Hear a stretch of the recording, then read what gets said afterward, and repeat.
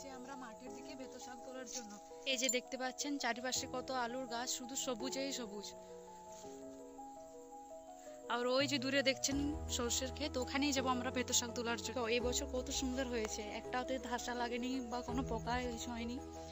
আর এই যে দেখছেন আলুর ক্ষেতের মাঝে পেঁয়াজ লাগিয়েছেন। তো আমরা প্রায় চলে এসেছি সর্ষের কাছে। তো এবার দেখবো বেতো শাক কোথায় কচি কচি আছে, সেখানে গিয়ে তুলবো। দেখুন কি সুন্দর দেখতে লাগছে, এরকম সিজনে ছাড়া এরকম সর্ষের ফুল দেখাই যায় না। তো এখন ক্ষেতের মাঝেই ঢুকে বেতো শাক নিতে হবে, কারণ এই সিজনটা এখন একটু শীতটা চলে গেছে, তো চারপাশে বেশি বেতো শাক পাওয়া যাচ্ছে না। তো ক্ষেতের মাঝে ঢুকে ঢুকে সব তুলতে হবে গাছগুলোতে। তো বেতো শাক এভাবে তুলে নেব, মাঝে মাঝে একটা দুটো করে তুলতে হবে, কারণ বেশি তো নেই। এভাবে তুলে নিতে হবে। এবার যাদের ক্ষেত তারা দেখলে যা দেবে না সর্ষে ক্ষেত, তুলে নিয়ে এভাবে অল্প অল্প করে যেখানে সেখানে পাওয়া যাচ্ছে সেখানে তুলবো।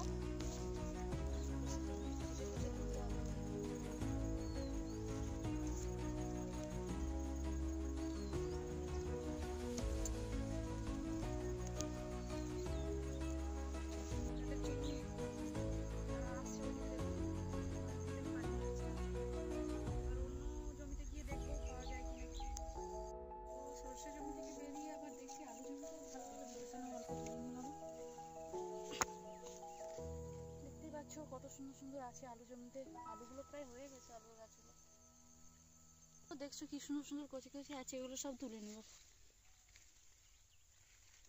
দেখতে তো পাচ্ছ সব, এগুলো গ্রামে জঙ্গলে ছাড়া দেখতেই পাওয়া যায় না। যারা শহরের মানুষ তারা এগুলো এরকম টাটকা টাটকা পাবেই না, খায়।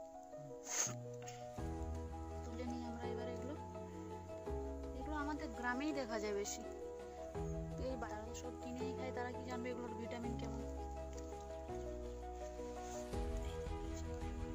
তো এখানেও তোলা হয়ে গেছে, এবার যাবো আমরা আরেকটা জমিতে পোস্তুর। চলো আমি ওখানে গিয়ে দেখাচ্ছি পোস্তুর গাছগুলো কেমন এমন, সেখানেও আছে বেতো শাক অনেক। কি সুন্দর নিচে দেখছেন, আবার কতগুলো গাছে ফুলে ছড়িয়ে ধরেছে দেখুন। আবার পোস্ত আসার অপেক্ষায়, দেখুন পুরো জমিটাতেই শুধু পোস্তুর গাছ, এরকম ছোট্ট ছোট্ট কুড়ি হয়েছে। দেখা যাক পোস্তুর ফলন কিরকম হয়, সাথে থাকুন দেখাই যাক। দেখছেন কিছু কিছু গাছে এখন কুড়ি হয়েছে, সব গাছে এখন দেখায়নি। এই যে দেখুন ওটাতেও সুন্দর হয়েছে ফুলের কুড়িটা। এই যে দেখছেন এইভাবে কিন্তু কুড়িটা আসছে পাতার মাঝখান থেকে, এরকম হবে পদ্ম ফুলের কুড়ির মতো। দেখছেন পোস্ত জমিতে বীজ দেওয়া হচ্ছে, তাহলে আর নিব না এখানে, তো এগুলোতে হয়ে যাবে। সাদা সাদা হয়েছে বীজ দেওয়া, দেখলেই এখন দেখছেন তো বীজ দেওয়া আছে। কালকে আছে গ্রামে, দেখছেন এই ইভিনিং এর ভিউটা গ্রামে ছাড়া কোথাও দেখা যাবে না, এরকম চারদিকে সবুজ, তারপর সর্ষের ক্ষেত, দারুণ সিনারি। তো আজকে হয়ে গেছে, তো দেখা যাক কালকে আবার আসবো। কালকে উপায় কি, বাড়ি যাচ্ছে, বাড়ির ভিতরে রওনা দিয়েছি। এই যে দেখছেন ওই দূরে আমাদের মাটির বাড়ি, গরিব মানুষ তো।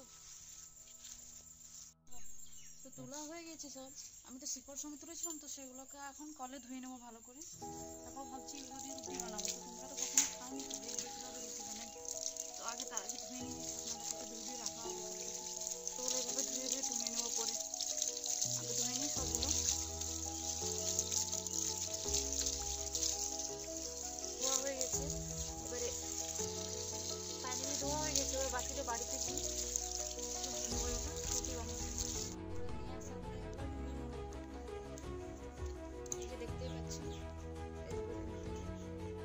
রাখবো আলাদা জায়গায়, একটা কচু কচু অংশ বাছা হয়ে গেছে, সব টুকে আবার রেডি করেছি।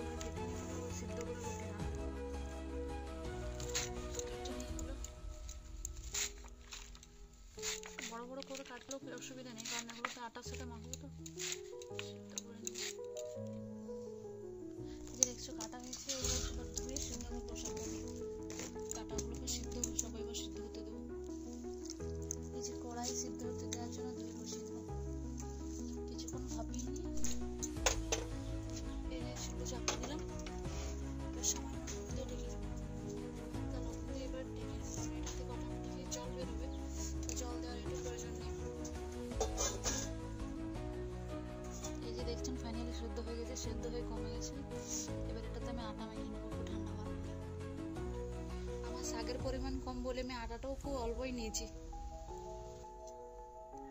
শাকের জলটা ছেঁকে নিয়ে শুধু আমি শাকটা নিয়ে নিচ্ছি। দেখতে পাচ্ছ খুব গরম আছে, গরম গরমে মেখে নিতে হবে। আমার ছেঁকে নেওয়া হয়েছে। এবার শাকটা সেদ্ধ হওয়ার সময় অল্প নুন দেওয়াই ছিল, আমি এবার অল্প পরিমাণে তাও সামান্য একটু নুন দিয়ে নিচ্ছি টেস্ট মতো। এবার এটাকে ভালো করে মিশিয়ে মেখে নেব, যেভাবে আটা মাখি আমরা। এই যে শাকের পরিমাণ কম বলে অল্প জল দিয়ে দিচ্ছি, শাকের পরিমাণ যদি বেশি হতো তাহলে এই জলটা লাগতো না। ফাইনালি মাখা কমপ্লিট হয়ে গেছে। এবার এটা রুটি বানিয়ে নেব। এটা দেখতে আপনাদের মনে হচ্ছে খারাপ, কিন্তু খেতে খুবই টেস্টি। ফাইনালি রেডি করা হয়ে গেছে। এবার এটা রুটিকে বেলে নিয়ে করবো। ফাইনালি রুটি বানানোর জন্য একটু অল্প শুকনো আটা নিয়ে নিয়েছি। এবার এখানে রুটি বেলে নেব।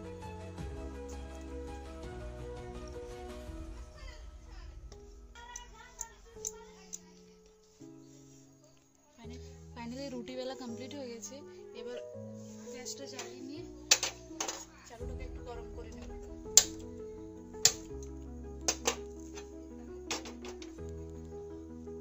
চাটু এবার গরম হয়ে গেছে। এবার রুটিটা চাটুর মধ্যে দিয়ে দিচ্ছি।